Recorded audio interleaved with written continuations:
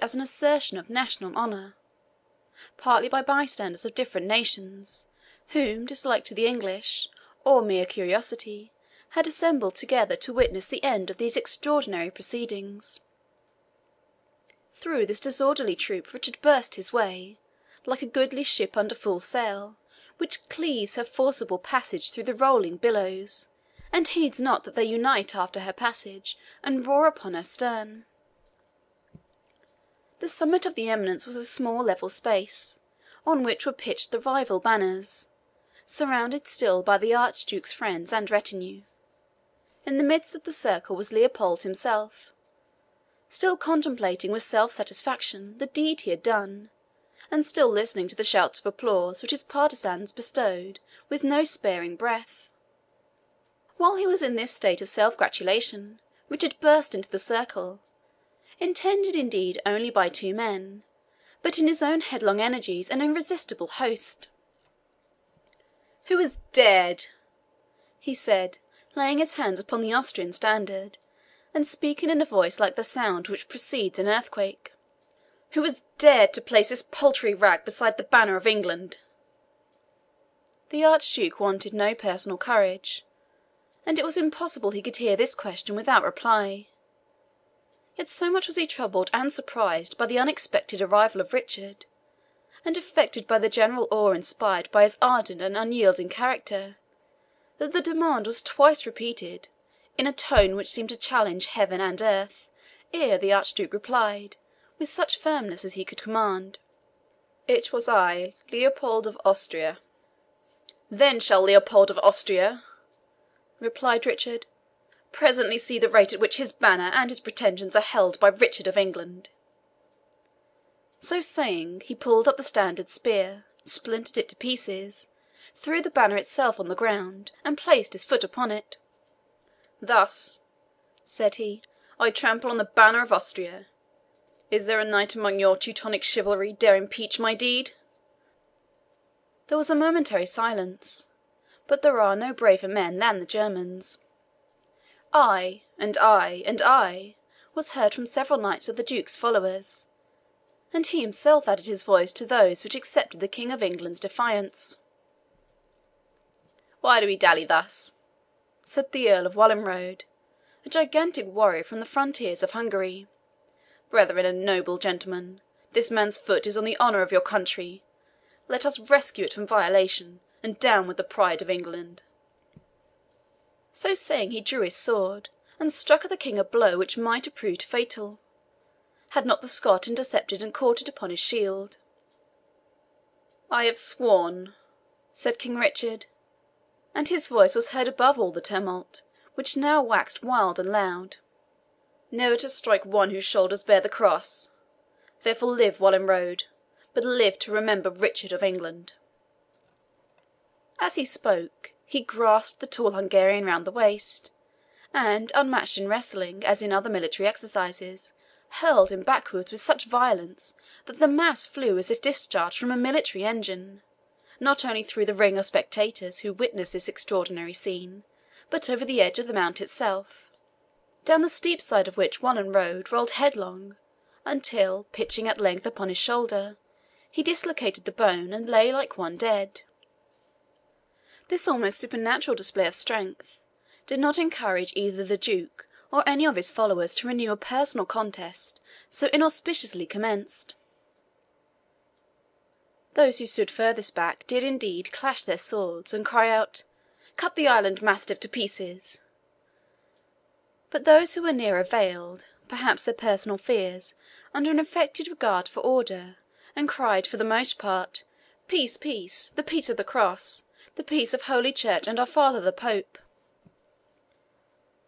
These various cries of the assailants, contradicting each other, showed their irresolution, while Richard, his foot still on the archducal banner, glared round him with an eye that seemed to seek an enemy, and from which the angry nobles shrunk appalled, as from the threatening grasp of a lion.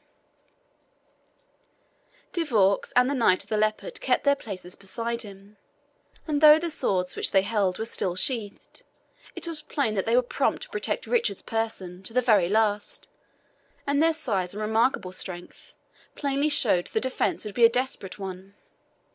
Salisbury and his attendants were also now drawing near, with bills and partisans brandished, and bows already bended.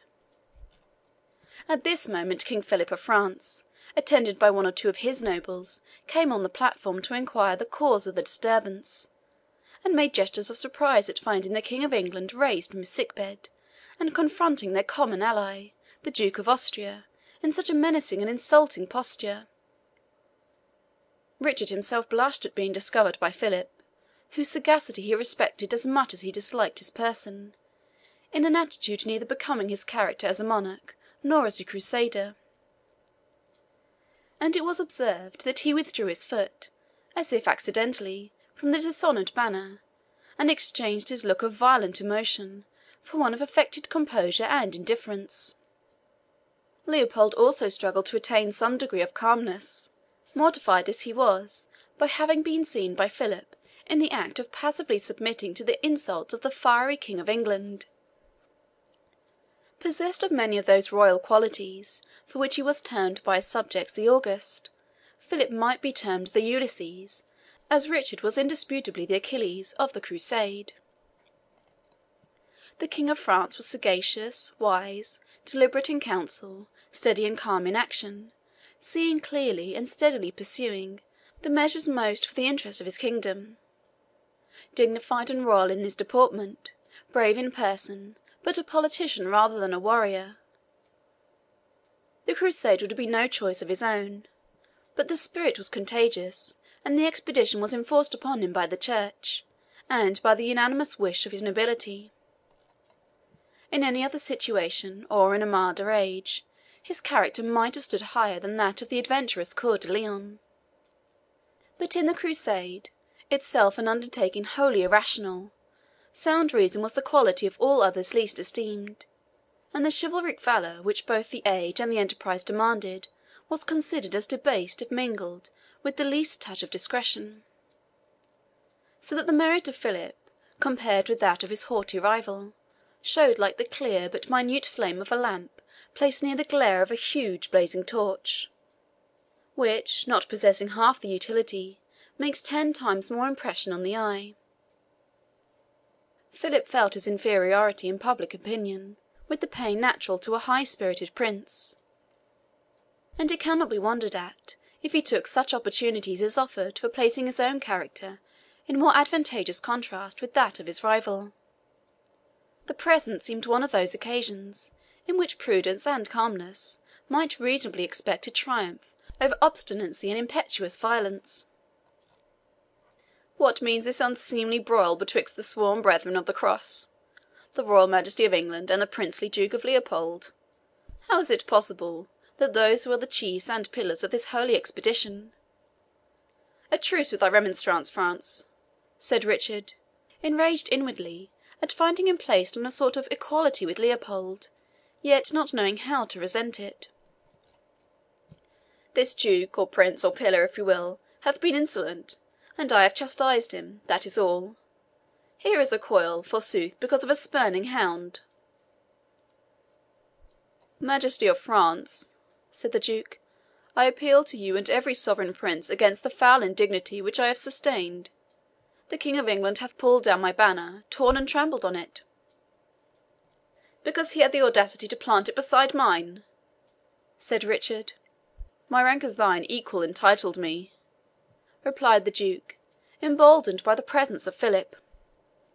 "Assert such equality for thy person," said King Richard, "and by Saint George, I will treat thy person as I did thy broidered kerchief there, fit but for the meanest use to which kerchief may be put." "Nay, but patience, brother of England," said Philip, "and I will presently show Austria that he is wrong in this matter. Do not think, noble Duke," he continued, "that in permitting the standard of England to occupy the highest point in our camp, we, the independent sovereigns of the Crusade, acknowledge any inferiority to the royal Richard. It were inconsistent to think so, since even the Oriflamme itself, the great banner of France, to which the royal Richard himself, in respect of his French possessions, is but a vassal, holds for the present an inferior place to the Lions of England. but as sworn brethren of the cross.